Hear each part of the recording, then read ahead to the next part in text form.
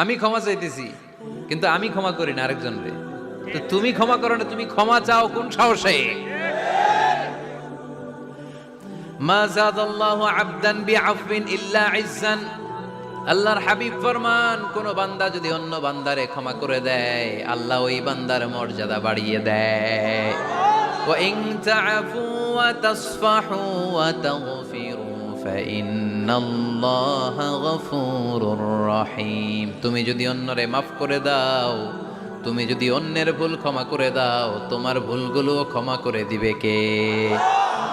আল্লাহুম্মা ইন্নাকা আফুন কারীম।